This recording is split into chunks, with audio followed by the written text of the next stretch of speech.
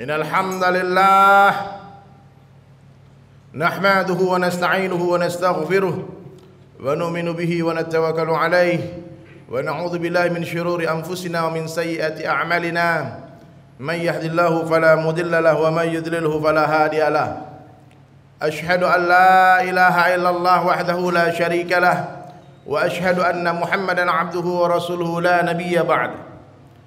Qala Allah ta'ala fil Qur'anil Karim a'udzu billahi minasyaitonir rajim bismillahirrahmanirrahim ya ayyuhalladzina amanu taqullaha wa qulu qawlan sadida yuslih lakum a'malakum wa yaghfir lakum dhunubakum wa man yuti'illaha wa rasulahu faqad faza fawzan 'azima. Allahumma shalli ala Muhammadin wa ala alihi wa ashabihi ajma'in. Wa qala Nabi sallallahu alaihi wasallam fi hadis qudsi an Abi Darda radhiyallahu anhu yaqul sami'tu Abul Qasim sallallahu alaihi wasallam yaqul inna Allah qala ya Isa inni ba'itsu min ba'dika ummatan in asabahum ma yuhibbuna hamidullah wa in asabahum ma yakrahuna tasabu was-sabru wala hilma wala ilma kaifa yakunu hadha lahum wala hilma wala ilma ya Rabb. Qala Allah ta'ala u'tihim min hilmi wa ilmi atau kama qala Rasulullah sallallahu alaihi wasallam. Hadirin sidang jemaah Jumat yang dirahmati Allah Subhanahu wa taala. Seluruh manusia ingin mulia, hadirin sekalian. Seluruh manusia ingin bahagia, berjaya dan sukses. Namun hadirin sekalian dirahmati Allah, tak banyak manusia yang tahu di mana Allah letakkan kemuliaan itu. Ada yang menyangka kemuliaan ada dalam pangkat jabatan, ada yang menyangka kebahagiaan ada dalam harta yang banyak, populariti dan sebagainya. Sedangkan Allah Ta'ala telah menjelaskan sejelas-jelasnya kemuliaan hanya dalam ketakwaan. Siapa yang bertakwa dia mulia, siapa yang tidak bertakwa dia hina. Satu orang yang miskin tinggal di perkampungan, dia tak tampan, tak rupawan, penyakitan. Dia bicara tak ada orang yang dengarkan dia, dia usul tak ada yang terima usul dia, dia pinang anak orang tak ada yang mengambilnya jadi menantu. Tapi di hatinya ada ketakwaan. Hakikatnya orang miskin yang serba kekurangan ini adalah orang mulia dalam pandang Allah. Bahkan dia lebih mulia daripada seluruh presiden-presiden kafir yang ada di seluruh dunia ini, hadirin sekalian. Jadi hadirin dirahmati Allah Subhanahu wa taala. Inilah perkara yang sangat sederhana yang Allah telah hantarkan kabar ini melalui seluruh nabi. 124.000 orang nabi mengabarkan berita yang sama. Siapa saja yang taat kepada Allah dan Rasulnya, dia pasti berjaya, dia pasti bahagia, dia pasti mulia, dia pasti sukses. Jadi hadirin, orang miskin untuk bahagia tak perlu harus kaya dulu. Taati Allah dan Rasulnya, Allah pasti bahagiakan orang miskin. Orang kampung untuk bahagia tak perlu harus pindah ke kota. Orang biasa untuk mulia tak perlu harus jadi anggota dewan, tak perlu harus jadi gubernur, bupati, presiden. Allah mampu memuliakan orang biasa tanpa menjadikan dia raja. Allah kuasa menghinakan raja-raja tanpa mengambil kerajaannya. Everything in the hand of Allah. Semua berada di dalam genggaman Allah Ta'ala. Apa saja yang Allah kehendaki terjadi pasti akan terjadi. Apa saja yang Allah kehendaki tidak terjadi, tidak akan terjadi. Jadi hadirin dirahmati Allah Ta'ala, inilah perkara yang paling penting dalam kehidupan kita, yakni perkara iman. Perkara ketakwaan kepada Allah Subhanahu wa Ta'ala. Siapa saja yang bertakwa, baik dia laki-laki ataupun wanita, Allah akan berikan dia hayatan thayyibah. Allah akan berikan kehidupan yang baik. Allah akan berikan kehidupan yang lapang meskipun rumahnya sempit. Allah Maha Adil, hadirin sekalian. Allah Maha Adil, siapa saja bisa dan berhak mendapatkan kebahagiaan. Syaratnya taati Allah dan Rasulnya. Nah, jadi hadirin dirahmati Allah Subhanahu wa taala, Nabi sallallahu alaihi wasallam ajarkan para sahabat dalam sebuah hadis yang sangat sederhana dan saya yakin banyak daripada jamaah yang menghafal hadis ini. Apa kata Nabi? Jaddidu imanakum, perbaharui iman kalian, tingkatkanlah iman kalian. Lalu seorang sahabat bertanya, kaifa nujaddidu imanana ya Rasulullah? Bagaimana cara memperbaharui iman kami ya Rasulullah? Maka Nabi jawab, akthiru min qawli la ilaha illallah. Banyak-banyaklah kalian mengucapkan kalimah la ilaha illallah. Di mana saja, kapan saja, jumpa siapa saja, katakan tidak kecuali kepada Allah. Nah, jadi hadirin dirahmati Allah, inilah kerjanya nabi-nabi. Kerja atas hati-hati manusia, kerja dengan hikmah. Tak cukup hanya ilmu, hadirin, hikmah. Menyampaikan agama harus hikmah. Maka dai-dai ini hadir mulia harus banyak-banyak latihan, harus banyak-banyak berkorban di jalan Allah Ta'ala, sehingga Allah berikan hikmah dalam hatinya. Ketika melihat umat Nabi sallallahu alaihi wasallam yang ada hanya mahabbah, kasih sayang, tak ada kebencian kepada umat. Lihat orang pendosa, lihat pemabuk, lihat semua orang hadir mulia dalam pandangan orang-orang yang penuh hikmah di hatinya, dia sayang, dia kasihan. Melihat orang kafir kasihan. Bahkan puncak hikmah itu Allah telah berikan kepada baginda Rasulullah sallallahu alaihi wasallam ketika melihat seorang jenazah Yahudi yang lewat, hadirin sekalian, Nabi menangis. Sekarang kita pernah enggak menangis melihat satu orang kafir mati, hadirin sekalian? Justru sumpah serapah yang keluar dari lisan kita. Nauzubillah. Maka hadirin yang mulia, ulama sampaikan cara mendapatkan hikmah ini. Yang pertama, kita harus banyak-banyak pandai melihat kebaikan orang. Allah beri kita dua mata, mata kanan melihat kebaikan orang lain, mata kiri melihat keburukan diri sendiri. Orang yang selalu melihat kebaikan orang lain, maka Allah akan berikan hikmah di dalam hatinya. Sekurus-kurusnya ikan pasti ada dagingnya, segemuk-gemuknya ikan pasti ada tulangnya. Ambil dagingnya, buang tulangnya. Ambil yang baik, buang yang buruk. Ambil yang jernih, buang yang keruh. Itu cara orang baik memandang. Orang yang selalu melihat kebaikan orang lain, Allah akan pindahkan kebaikan orang itu kepada dia. Dan orang yang suka melihat keburukan orang lain, Allah akan pindahkan keburukan orang itu kepada dia. Jadi hadirin mulia, supaya di hati kita dipenuhi dengan hikmah, maka kita harus pandai-pandai melihat kebaikan orang lain. Siapa saja, lihat orang tua, katakan orang tua itu lebih baik dari saya, karena dia lebih duluan beramal soleh dari saya, pasti pahala dia lebih banyak daripada pahala saya.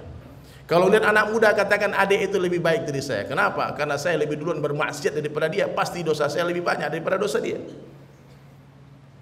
Letakkan diri di bawah rumput, rumput di bawahnya lagi. Tinggalkan perdebatan meskipun kita benar. Ini yang diajarkan Nabi sallallahu alaihi wasallam. Jaga keutuhan persaudaraan, ukhuwah Islamiyah. Ini orang baik, Pak. Orang yang hati penuh hikmah, dia bagaimana memikirkan umat ini bersatu. Bagaimana umat ini hadir satu, bukan bersatu saja. Kalau bersatu masih bisa dipecah belah. Tapi kita satu, ummatan wahidah, umat yang satu. Seluruh Islam di seluruh ini satu. Orang di Palestina sakit, kita merasakan sakit. Orang di Suriah menderita, kita rasakan penderitaan itu. Kita ini satu, hadirin sekalian, bukan bersatu. Maka ini perlu, hadirin sekalian, kita memandang umat dengan pandangan mahabbah, kasih sayang. Ini sifat pertama dari seorang umat Nabi sallallahu alaihi wasallam. Umat ini hadirin mulia melihat umat, seorang dai dan daiyah melihat umat itu bagaimana seperti seorang ibu melihat bayinya. Kalau bayinya kotor bermain lumpur, hadirin mulia anaknya, maka ibu itu takkan mungkin membunuh atau membenci anaknya. Dia akan ambil itu anak, tangkap itu anak, kemudian akan dia mandikan. Dimandikan dengan bersih, disabuni, disampuin, kemudian dihandukin, dibedakin, dikasih baju yang bersih, lalu dia peluk. Begitulah hendaknya kita memandang orang-orang yang hari lagi bermaksiat kepada Allah. Kasihani mereka. Tugas kita dua saja, mendoakan mereka kalau jauh, kalau dekat kita ingatkan. Inilah mahabbah yang sesungguhnya, kasih sayang itu memikirkan agama saudara kita. Bukan hanya memikirkan isi perutnya. Bukan hanya memikirkan, hadirin mulia, keadaan dunianya. Hari ini kalau kita ngeliat pengangguran kita kasihan, tapi lihat orang nggak sholat kita nggak kasihan. Apa yang terjadi pada diri kita, hadirin sekalian? Tetangga kita nggak sholat, bahkan anak istri kita kadang-kadang tak tutup aurat, banyak sebagian kita yang diam saja. Ini perlu kerisauan, ini perlu ditanamkan, hadirin sekalian, sehingga ketika kerisauan ini muncul dalam diri kita, maka akan membuat kita bergerak. Apa yang harus saya lakukan? Apa yang harus saya buat? Ketika melihat rumah tetangga kita terbakar, maka orang yang berakal sehat dia akan padamkan itu api. Bukan dia katakan alhamdulillah rumah saya tidak. Jadi hadirin dirahmati Allah Subhanahu wa taala, inilah dakwah kerja Nabi sallallahu alaihi wasallam. Wallahu yad'u ila Islam. Bahkan bukan hanya kerja Nabi, dakwah ini adalah kerjanya Allah. Allah mengajak manusia kepada syurga. Kalau Allahu Akbar, Allah Maha Besar, maka sudah tentu kerja Allah adalah kerja yang Maha Besar. Dan orang-orang yang buat kerja dakwah ini adalah orang-orang besar dalam pandangan Allah. Orang besar dalam pandangan Allah, meskipun kita kecil dalam pandangan manusia, tapi yakinlah hadirin sekalian, orang yang buat dakwah mereka adalah orang besar dalam pandangan Allah. Bahkan Allah tantang di dalam Al-Quran, wa man ahsanu qawlan mimman da'a ila Allah. Siapakah yang qawlannya? Seorang ulama kita, hadirin mulai hadir Haji Maulana Asad, katakan, ini apa maknanya qaulan ini adalah dinan, agama. Bisa perkataan, bisa perbuatan, bisa tulisan. Tak harus semua orang harus pandai berbicara. Siapakah yang agamanya yang lebih baik daripada orang yang mengajak manusia kepada Allah? Pertanyaan tak perlu dijawab, karena tidak ada. Tanya kepada seluruh alim ulama di seluruh dunia, apakah ada perintah Allah yang lebih besar dari dakwah? Wallahi sampai detik ini belum ada satu orang pun yang mengatakan ada. Dakwah ini hadirin mulia adalah sebaik-baik perintah Allah. Wa man ahsanu qawlan mimman da'a ila Allah wa 'amila shalihan, dan dia beramal saleh wa qala innani minal muslimin. Allah pisahkan dakwah dan amal saleh. Tak cukup hanya salat, zakat, puasa, haji saja. Mesti kita ajak orang kepada Allah. Dan dia berkata, wa qala innani minal muslimin. Dia bangga jadi orang Islam. Dia tak bangga jadi orang Riau, dia tak bangga jadi orang Padang, dia tak bangga jadi orang Minang, dia tak bangga jadi orang Jawa, dia tak bangga jadi orang India, dia tak bangga jadi orang Arab. Dia bangga menjadi umat Nabi sallallahu alaihi wasallam. Aku orang Islam. Ini mestinya hadirin mulia. Jangan asabiah. Nah, ini semangat ini harus kita bawa kepada seluruh umat. Ingatkan seluruh umat Nabi sallallahu alaihi wasallam bahwa kita adalah pelanjut penerus kerja Nabi. Hari ini tidak ada lagi Nabi, hadirin sekalian. Sampai hari kiamat tak akan turun lagi Nabi. Pintu kenabian telah tertutup dengan wafatnya baginda Rasulullah sallallahu alaihi wasallam. La nabiyya ba'da. Tidak akan ada lagi Nabi setelah Rasulullah. Dan kerja Nabi telah diwariskan kepada seluruh orang yang mengaku sebagai umatnya Rasulullah sallallahu alaihi wasallam. Qul hadhihi sabili ad'u ila Allah. Katakanlah wahai Muhammad kepada seluruh umatmu, inilah jalanku, ajak manusia kepada Allah, bukan ajak kepada kelompok, bukan ajak kepada golongan, bukan ajak kepada sesuatu selain Allah. Apalagi kepada diri sendiri. Ajak kepada Allah. Inilah jalanku, kata Nabi sallallahu alaihi wasallam. Ajak manusia kepada Allah ala basirah, dengan basirah, dengan hujah yang nyata, Al-Quran dan Sunnah. Ini tuntunan dakwah kita, enggak boleh karang-karang. Ana wa man ittaba'ani, dan ini kerjaku dan kerja seluruh umatku. Seluruh umatku. Dakwah ini bukanlah sebuah profesi, hadirin sekalian. Namun apapun profesi kita wajib berdakwah. Coba dicamkan kalimat ini dalam hati kita. Dakwah bukanlah sebuah profesi, tapi apapun profesi kita wajib berdakwah. Dakwah ini bukan mengajar, dakwah ini mengajak. Hanya orang jahil yang mengatakan orang-orang awam, orang baru masuk Islam, orang baru hijrah tidak boleh berdakwah. Sayyidina Abu Bakar radhiyallahu anhu hari ini masuk Islam, esok hari langsung mensyahadatkan 9 orang. Sekarang berapa orang sudah kita syahadatkan? Berapa orang sudah kita ajak kepada Allah? Yang tadi yang maksiat jadi taat, yang tadi di diskotik jadi masuk masjid. Ini dakwah. Dalam masjid ini ta'lim, Pak, bukan dakwah. Dakwah itu ngajak orang dari luar masjid ke dalam masjid. Ajak artinya, bukan ajar. Kalau mengajar tentu perlu ilmu, perlu ulama. Tapi itu berdakwah semua orang pasti bisa. Bahkan orang paling bodoh di dunia bisa. Besarkan Allah. Ini perintah awal dalam Islam. Setelah 5 ayat yang turun di Gua Hira. Apa ayat yang turun hadirin sekalian? Ya ayyuhal mudassir, hai orang yang berselimut, qum fa'anzir, bangun beri peringatan, wa rabbaka fakabbir, besarkanlah Rabbmu Allah. Tidak boleh kita besarkan selain Allah. Lihat orang kaya, katakan kepada orang kaya, Pak, itu harta Bapak Allah yang punya, bukan Bapak yang punya. Kalau kita yang kaya, katakan kepada semua orang, harta yang kau lihat di rumahku bukan aku yang punya, tapi Allah yang punya. Ketemu pedagang, katakan kepada pedagang, Pak, yang memberi rezeki adalah Allah, bukan perdagangan Bapak. Ketemu petani, katakan kepada para petani, Pak, yang memberikan buah adalah Allah, bukan pertanian. Buah bukan datang dari ranting, ranting bukan datang dari dahan, dahan bukan datang dari batang, batang bukan datang dari akar, akar bukan datang dari tanah, tapi akar datang dari Allah, batang datang dari Allah, dahan datang dari Allah, ranting datang dari Allah, dan buah pun datang dari Allah. Nanti di surga ada buah yang tak menancap pohonnya di tanah, tapi di atas. Lihat orang lagi perah susu sapi, ingatkan dia, susu bukan datang dari sapi, susu datang dari khazanahnya Allah. Nanti di surga ada sungai susu, nggak ada sapinya, ada sungai madu, tak ada lebahnya. Kenalkan manusia kepada Allah. Siapa saja yang mengenal Allah, dia pasti akan mencintai Allah. Dan siapa yang mencintai Allah, dia pasti akan takut kepada Allah. Takut kepada Allah berbeda dengan takut kepada makhluk. Orang kalau takut sama makhluk, dia lari menjauh, dia sembunyi. Tapi orang yang takut kepada Allah, dia akan lari mendekat, merapat kepada Allah, menyerah kepada Allah. Jadi hadirin sekalian, inilah dakwah kita, dakwah tauhid. Ajak manusia kepada Allah, bukan kepada kelompok, bukan kepada partai, bukan kepada golongan. Ingat ini, besarkan Allah, jangan besarkan si fulan, jangan besarkan siapa-siapa. Enggak boleh mengajak orang kepada satu orang ustaz, enggak boleh. Ngajak orang hanya kepada Allah. Kita fanatik kepada 3 saja, Allah Subhanahu wa taala, Rasulullah sallallahu alaihi wasallam, dan para sahabat radhiyallahu anhu. Kepada para imam mazhab kita muliakan dan kita ikut mazhab mereka, tapi tak boleh fanatik. Perbedaan-perbedaan pendapat, ikhtilaf hadirin mulia, itu bukti luasnya Islam, indahnya Islam.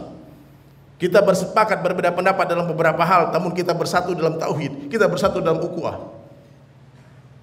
Kalau sudah bersatu ini umat hadirin sekalian, semua pergerakan, semua saling berkasih sayang karena Allah, tunggu kejayaan Islam di depan mata kita.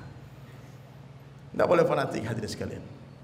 Kalau imamnya tak berkunut, kita berkunut. Kalau imamnya kunut, baca, angkat tangan kalian, muliakan, itu akhlak. Jangan berdiri saja, seakan-akan mengharamkan kunut. Ini hadirin, Buya Hamka pernah jadi imam. Tiba-tiba Buya Hamka baca kunut dalam ketika sholat subuh. Heboh jamaah bertanya, kenapa baca kunut Ibu ya?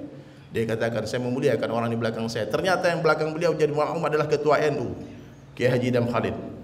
Dalam kesempatan lain, Kiai Haji Idham Khalid jadi imam, beliau tak baca kunut. Orang heboh lagi jamaah, kenapa tak baca kunut? Bukankah mazhab Syafi'i harus berkunut? Saya memuliakan Hamka. Ini ukhuwah hadirin mulia. Bersatulah umat di dalam masjid, jangan ribut.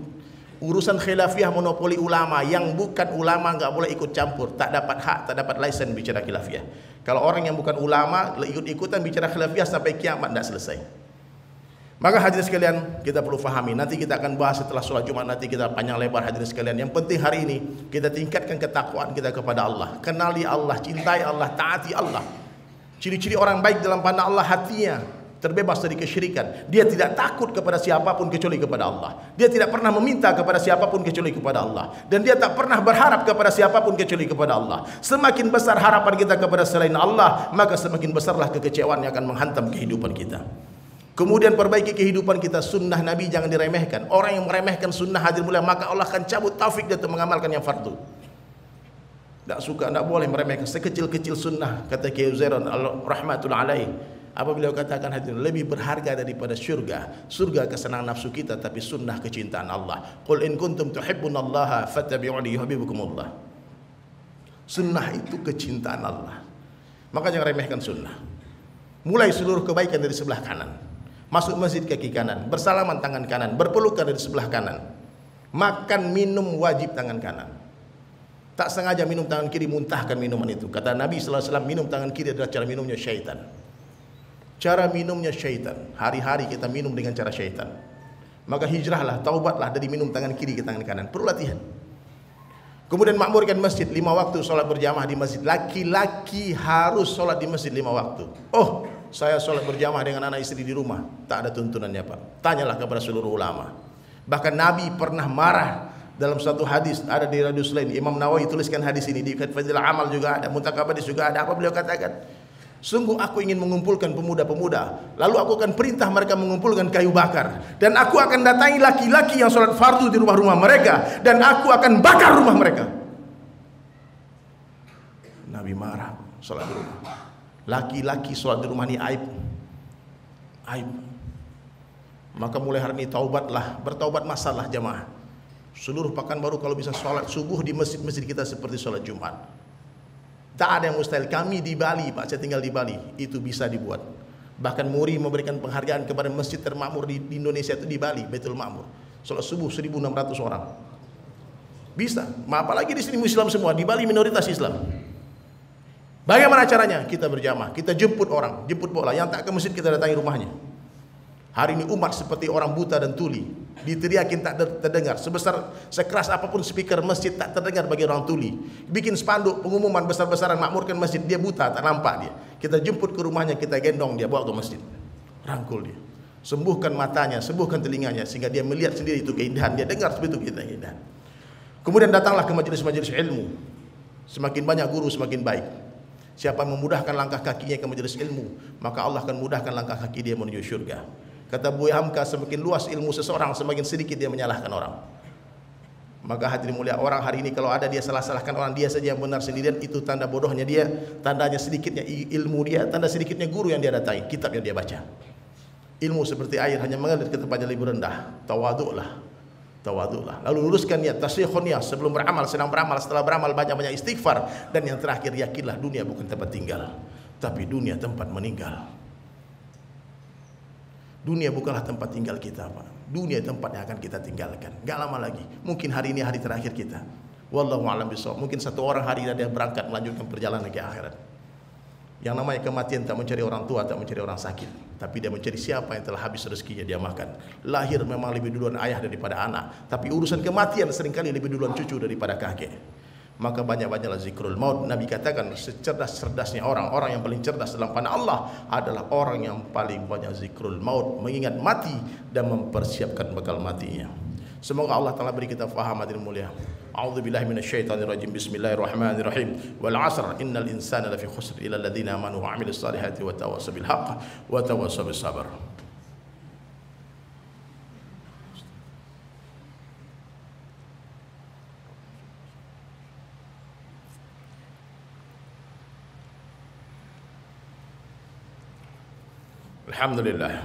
Alhamdulillahilladzi arsala rasulahu bil huda wa dinil haqq liyudhhirahu 'ala dini kullihi walau karihal musyrikun walau karihal munafiqun. Allahumma shalli ala Muhammadin wa ala ali Muhammad kama shallaita ala Ibrahim wa ala ali Ibrahim wa barik ala Muhammad wa ala ali Muhammad kama barakta ala Ibrahim wa ala ali Ibrahim fil alamin innaka Hamidum Majid. Asyhadu an la ilaha illallah wahdahu la syarika lahu wa asyhadu anna Muhammadan 'abduhu wa rasuluhu. قال الله تعالى في القرآن الكريم يا أيها الذين آمنوا اتقوا الله حق تقاته ولا تموتن إلا وأنتم مسلمون. وقال أيضا يا أيها الذين آمنوا اتقوا الله وقولوا قولا سديدا يصلح لكم أعمالكم ويغفر لكم ذنوبكم ومن يطع الله ورسوله فقد فاز فوزا عظيما. وقال النبي صلى الله عليه وسلم من أحيا سنتي فقد أحبني ومن أحبني كان معي في الجنة. وقال أيضا الدين يسر أو كما قال رسول الله صلى الله عليه وسلم. Hadirin sekalian, di khutbah yang kedua ini, mari kita tawajuhkan hati kita berdoa kepada Allah Subhanahu wa taala. Buktikan cinta kita kepada Nabi sallallahu alaihi wasallam dengan banyak-banyak bersalawat. Banyak-banyak kita bersalawat kepada Nabi sallallahu alaihi wasallam di hari Jumat, baca surah Al-Kahfi. Sehingga hadirin mulia, Allah Ta'ala akan terangkan kubur kita, Allah akan lapangkan akhirat kita, dan dikumpulkan kita dengan orang-orang kita cinta nanti di syurga nanti. Innallaha wa malaikatahu yusalluna 'alan nabi ya ayyuhalladzina amanu sallu 'alaihi wa sallimu taslima. Allahumma salli 'ala Muhammad wa 'ala ali Muhammad kama shallaita 'ala Ibrahim wa 'ala ali Ibrahim wa barik 'ala Muhammad wa 'ala ali Muhammad kama barakta 'ala Ibrahim wa 'ala ali Ibrahim fil 'alamin innaka Hamidum Majid. Allahumma ighfir lil muslimina wal muslimat wal mu'minina wal mu'minat al ahya minhum wal amwat ya الأولين يا آخر الآخرين يا ذا القوة المتين يا راحم المساكين يا أرحم الراحمين. Ya Allah, ya Rabb kami, ampunkanlah dosa-dosa kami ya Allah, dosa kedua orang tua kami ya Allah. Ya Allah, ya Rahman, ya Rahim, kami ini semua orang-orang lemah ya Allah, beri kami kekuatan untuk mengamalkan agama-Mu ya Allah. Ya Allah, tambahkanlah hidayah di hati kami ya Allah, jadikan diri kami asbab hidayah. Orang-orang memandang kami, beri mereka semua hidayah. Orang yang memikirkan kami, mereka semua hidayah ya Allah. Orang yang membicarakan kami, berikan mereka semua hidayah ya Allah. Ya Allah, jadikan kami semua asbab hidayah ya Allah. Jadikan kami dai-Mu ya Allah. Hantar kami ke ujung-ujung dunia untuk mendakwahkan agama-Mu ya Allah, dengan harta dan diri kami masing-masing ya Allah. Ya Allah, tambahkan ilmu yang bermanfaat di hati kami ya Allah. Ilmu yang menyebabkan kami semakin hari semakin dekat kepada, semakin cinta kepadamu ya Allah. Beri kami kekuatan untuk salat berjamaah 5 waktu di tempat azan dikumandangkan sampai mati ya Allah. Ya Allah, ya Rahman, ya Rahim, berikanlah lisan kami mudah untuk senantiasa berzikir dalam setiap hembusan nafas kami. Diberikanlah akhlak yang mulia kepada kami semuanya, akhlaknya Rasulullah sallallahu alaihi wasallam, akhlaknya para sahabat, akhlakul azimah, akhlak yang senantiasa membalas kejahatan orang dengan kebaikan ya Allah. Ya Allah, ya Rahman, banyak pinta kami. Kalau ada yang sakit di sini, angkat penyakit kami. Kalau ada yang sempit, lapangkan kehidupan kami ya Allah.